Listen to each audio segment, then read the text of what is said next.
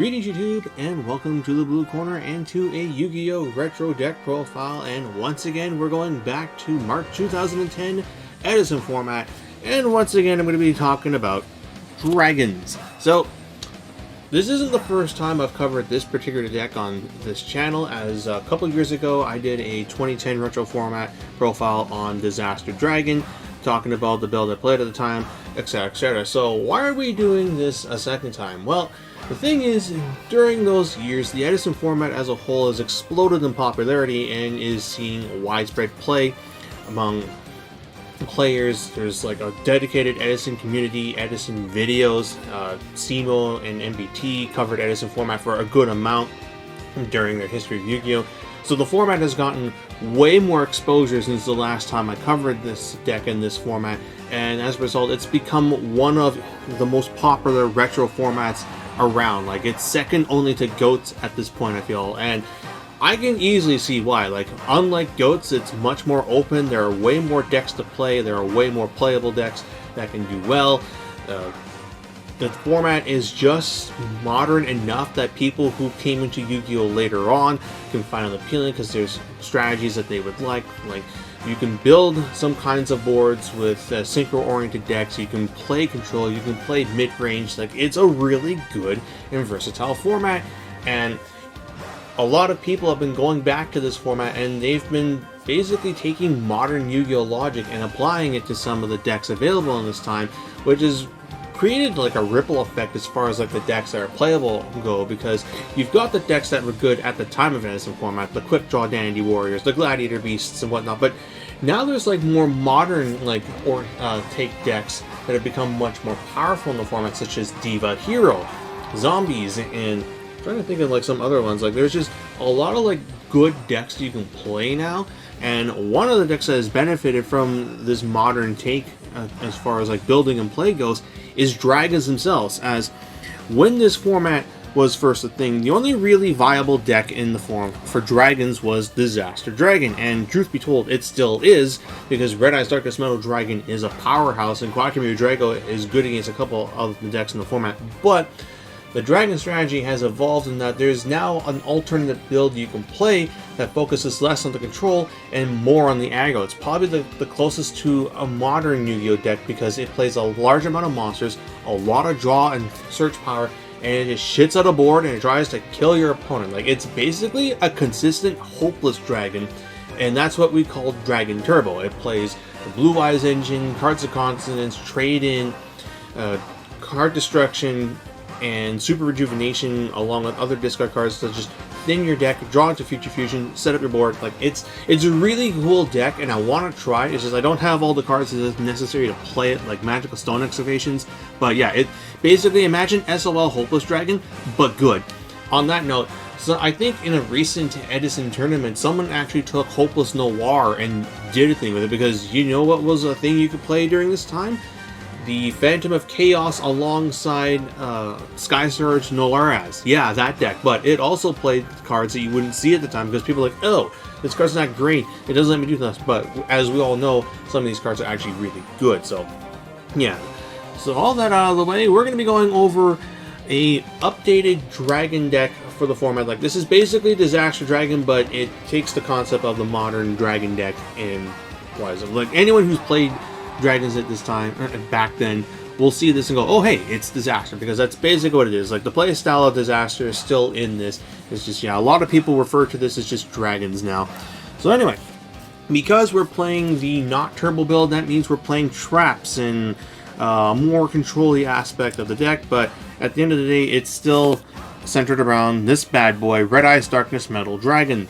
Red MD is broken. There's no other way to say it. Like, I didn't realize just how busted this card was during the day, and even when I like revisited this form a while ago. But like, yeah, Red MD is actually really cracked, and this was one of the first decks to really take advantage of him. So we all know what he does. You can banish a dragon, the special summon it from the hand. You can summon a dragon from your hand to graveyard, and he's not once per turn on any of his effects. And in this format, that's disgusting, because most extra deck boss monsters at this time, with some exceptions, top out at about 2500 attack. You've got Thought Ruler Archfiend at 27. But like for the most part, most decks in this format, their bosses can all be ran over by Red Eyes Darkness Metal Dragon. So you can just banish a dragon, summon him, summon another dragon, and just get over Stardust, get over a Monarch, get over a Thought Ruler, and then you swing with your other dude. Like Colossal Fighter is this guy's natural enemy, and like you also can't really do anything against Red Dragon Archfiend, go figure. But yeah, for the most part though, like Red MD, he's big, he uses summon, and he just snowballs with more and more big dragons that puts your opponent on a clock, because once you can start getting direct attacks in, they're going to die in a couple turns, because that's what this deck does. It just summons big beefy attackers and kills them, and one of the big beefy attackers is White Knight Dragon. So this is where we start deviating from the deck that was Disaster Dragon of the Day, and that White Knight Dragon is one of your go-to big dragons. Not Lightning Darkness Dragon, not Prime Material Dragon, White Knight. And the reason for that is White Knight is able to be special summoned while you control a Quackmere Drago. So Drago cuts you off from being able to summon Prime Material Dragon. Like, it's really awkward when you playing it the old way, because you would want, you're kind of at a loss as what you want to do. You want to summon Quackmere Drago to shut your opponent off from Light Darks, or do you want to summon Prime Material Dragon first and then somehow get a Drago to the turn afterwards so that your board is safe from removal? So, and the other thing is, like, Prime Material's hand discard is actually kind of a detriment nowadays, because you're basically giving up a card out of hand to trade with a Smashing Ground or a Lightning Vortex or the odd Mirror Force or Torrential Tribute, when you can just play through it. Like, you just set your Red MD in defense and force up the Mirror Force with Drago attacks and whatnot. So, you can side it though for like more destruction heavy matchups such as Machina, but for the most part, like, you don't really want to main Prime at the moment. And Lightning Darkness Dragon, that's a route you can go to. It's just it kind of requires more setup, more Totem Dragons, and I had to cut out some cards in here to keep this deck at around 40. So, that being said, let's talk about White Knight for a bit. So, yeah, you can summon him while Quackmere Drago is in play, which is really good. You can just dump your dragons, special summon back Red Med, and then the next turn you can just normal summon Quackmere Drago and special summon White Knight. Or you can have a Drago in play, and then the next turn you special summon a White Knight Dragon and you go in. Not to mention, White Knight Dragon's effects are actually relevant in this format. The effect to protect itself from targeted spells and traps is pretty good when you consider that we're in a format with Brain Control, Mind Control, Dimensional Prison, Compulsory Evacuation Device, Book of Moon. Like, there's a couple really strong cards in the format that White Knight turns off, and then you can also redirect attacks if you control a dead Future Fusion or Call the Haunted that's just sitting there. Yeah, he's pretty good. That being said, yeah, you could cut him out for Lad and play that kind of route. I won't fault you for it. Lightning Darkness Dragon is a very good card. Then for the remaining monsters, as I mentioned before, Quackmere Drago is one of the reasons why to go the control route. Even Dragon Turbo still plays this guy as a one-of, as right now and during Edison Format, the most prominent extra deck monsters are usually Light and Dark based, or there's a good amount of Light and Dark based decks in the format that this guy just shits on. Twilight, Lightsworn, Zombies to an extent. Well, Zombies can still make plays under Drago, but you cut them off from their big extra deck plays. You also cut off Plague Spreader and Malicious in decks that run that engine. Thought Ruler Archfiend can't be summoned. Allied Justice Catastrophe can't be summoned. Red Dragon Archfiend can't be summoned. Your opponent can still summon things like Stardust and Goyo and Brio, and you'll need back row to keep Drago safe from them. But yeah, like, Drago shits on a lot of decks in the format, which is why this deck is such a powerful thing to play, as you have an in-deck answer to powerful Light and Dark strategies. 1900 attack is of course very good. 1600 defense is also low-key really good in this format. If your opponent books it, they need to summon a big boy in order to clear the Drago. And if you need to get rid of Drago, you can either book it, compulse it, or just sack it off. Then 3 copies of Wyvern. This build plays it because you're aiming more to grind and then make a big push and kill your opponent. And Wyvern's good for that. 1800 is still respectable at this time. And not much to say about that. Then 3 copies of Masked Dragon. This is what differentiates this build from the Turbo build. You're playing Masked Dragon to fetch out the goodies that he can summon out. Masked Dragon can float it to itself, an Exploder Dragon, or Totem Dragon, or a Debris Dragon, which can be used for some synchro plays. And He's also just good to summon when your opponent has back row because he gets under bottomless, so your opponent really has to answer this with Torrential Tribute or Dimensional Prison. And if he baits out a Dimensional Prison, that's cool. That means your Stardust, I mean, your occasional Stardust, but like your Drago and your Red MDs are safe from a piece of removal that would hurt them more. Then for the Master Dragon targets, you've got Debris Dragon, Exploder Dragon, and Totem Dragon. So, Totem, you fetch it out if you have a Red MD or White Knight in hand you want to summon, or you have a Debris in hand, you can pull Totem Dragon out with Debris Dragon, go into Iron Chain Dragon, and then banish that for Red MD so that you can save the Totem for later. Or if you have a Totem in Graveyard and you happen to have a Max Dragon that float into a Debris, you can normal summon something and try and Synchro Climb. Yeah, that's basically what he's in there for, is just to pull out stuff. And then Exploder Dragon, you summon it off of Master Dragon, and it's an answer to things that you might not be able to get rid of otherwise. Like Colossal Fighter is annoying, so you ram this into Colossal, it dies. You can kill Machina Fortress with this, or if you're reading your opponent has an Honest in the Lightsworn matchup, you can throw this at their dude and it dies. Not to mention, Master Dragon can float into this, and if you have a Debris Dragon hand, you can just normal summon Debris, go into Black Rose, wipe the board, and then you can Future Fusion. So, yep, that's pretty much all I gotta say. Other builds of this deck would double up on Exploder Dragon and maybe play another Totem Dragon with a Lad, but I cut those out to make room for some spells. Speaking of the spells, Book of Moon. It's at 3 in this format, and it's very, very good, obviously. Stopping your opponent from Synchro Climbing, stopping your opponent from getting over your dudes is one thing. You can also book a Red MD to reset it and then use it again. That was a very powerful play in the day. You can book a Quackamoo Drago to special summon a Light or a Dark Wall. You've got Red on board. Yeah, like, book's a strong card. It was limited for a reason in the following year. Then, 3 copies of Upstart Goblin. So this is where we start seeing the modern influence come in. As Upstart Goblin, we all know, is a very good card in Yu-Gi-Oh! But back then, some people, a lot of people actually, were not really that high on Upstart Goblin because they felt like the life points you were giving your opponent would be a huge detriment. As we all know, though, decks like this can erase that life point gap pretty easily, and it just adds more consistency to a deck that wants to see its power spells, such as Future Fusion, really quickly.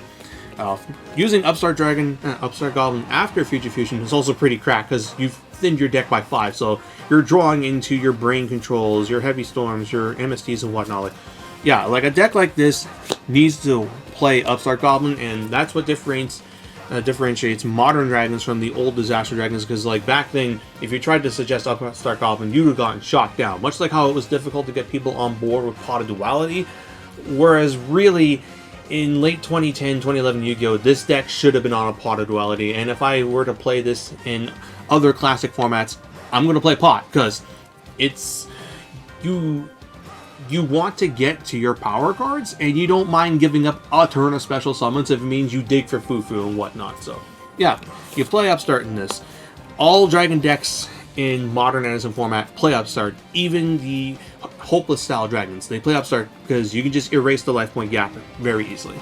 Then 2 Gold Sarks to search for your Future Fusions and your follow-up Heavy Storms. Brain Control, it's broken in this format. Burrow from a different dimension, it recycles your Red Eyes Wyverns and your Totem Dragons. The God card, another God card, and another God card. Yeah. Also, the sometimes God card. Not much to really say about these. They're all very powerful one-offs. Future Fusion is an auto-win button. If you can resolve it, you've got 2 opportunities to clear the back row for the Future Fusion. And MST is useful for picking off annoying things like Royal Oppression. Then for the trap cards, for the multiples, 2 Bottomless Trap Pull, 2 Dimensional Prison to out Stardust Dragon, and other annoying threats that your removal or you can't just beat over. Then for the one-ofs, the 1 Call the Haunted to bring back Red MDs that get killed in battle, Quackamoo Dragos, Master Dragons. There's a lot of good things to bring back for Call the Haunted. 1 evac device. So I had an extra slot in this deck, and I couldn't remember for the life of me what I had in here to begin with. I think it was a 2nd Royal Oppression, but I ended up throwing this instead to act as another copy of Book of Moon as a means to answer cards that can't be destroyed by effects that well, like Stardust Dragon and whatnot. And I figured, let's throw Compulse in.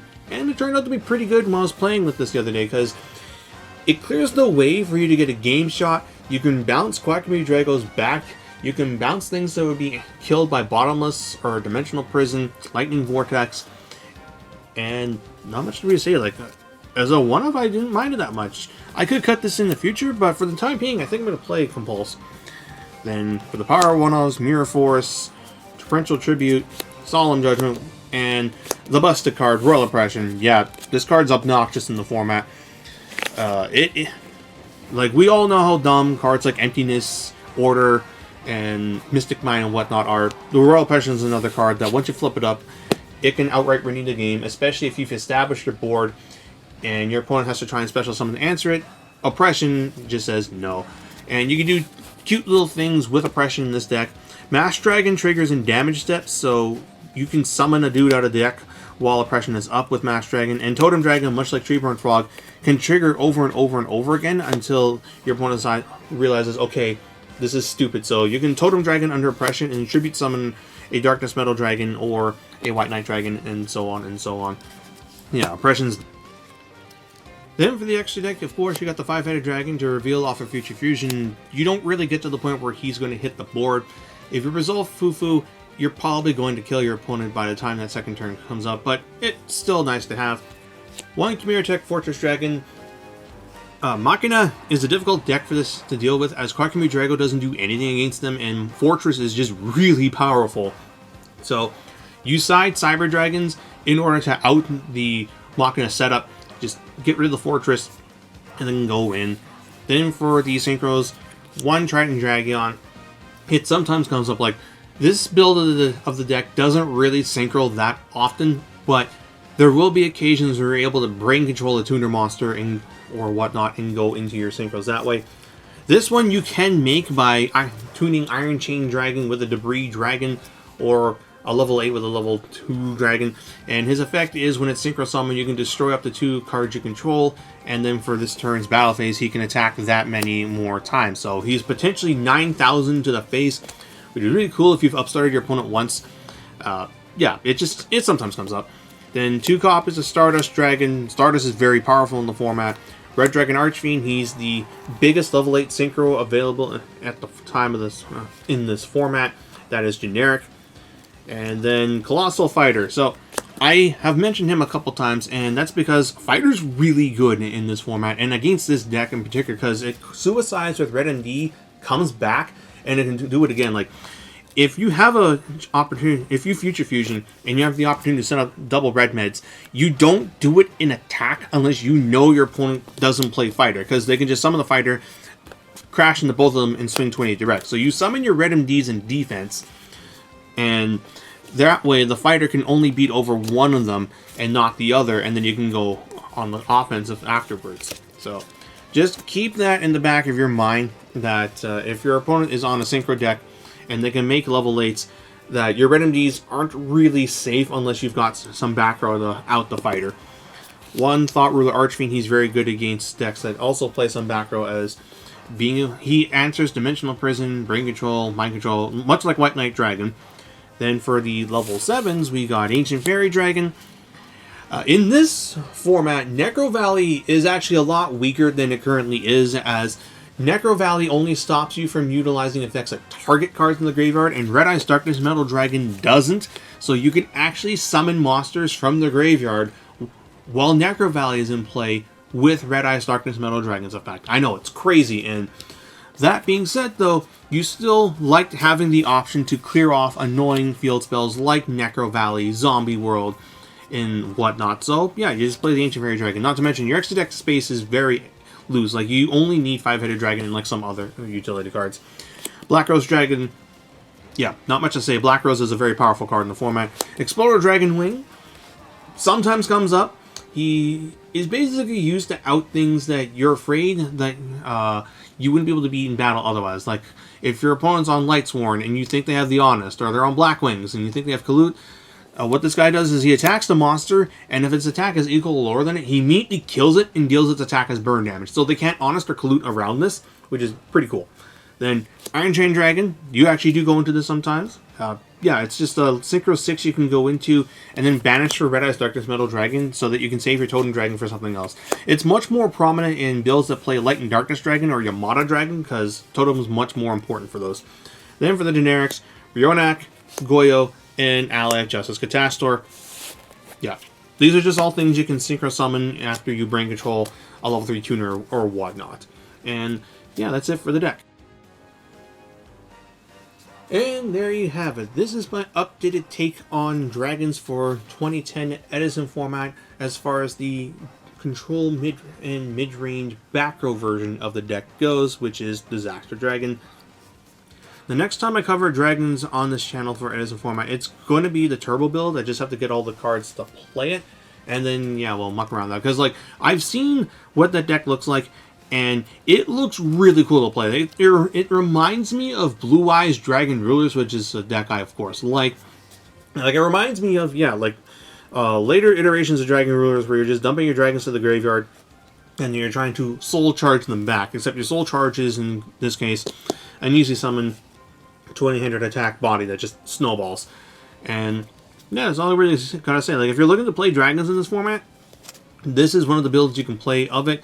You've got the turbo build, you've got Hopeless Dragon with updated card choices that make it less bricky, and that's all I really gotta say. Like, I'm really glad that this format has taken off in the way it has, and that it's become much more popular. It has dedicated channels like it used to be Ed, and Edison, but I think they've changed their name to Edison 3 or something like that.